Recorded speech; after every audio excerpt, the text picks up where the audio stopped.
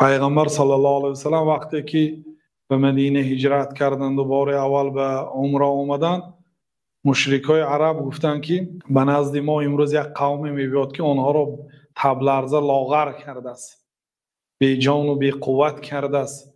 گفته بودند مدینه جای تبلرزه بود، جای وبا بود. پیامبر صلی الله علیه و سلم وقتی که به مدینه آمدن دعا کردند که مدینه را پاک گردانند. الله تعالی رو مدینه را پاک گردانید و بیماری مدینه را به جحفه برگفته دعا کردند به دیگر منطقه ها. خلاصه پیامبر صلی الله علیه و سلم به صحابه ها گفتند که کتف راست را کشایید، چون که اونها در طرف چپتان کعبه هست، وقتی که طواف میکنید در طرف راستتان مشرکان نشستگی هست. کتف بینن که خیلی بازوهای با قوت و سالم است.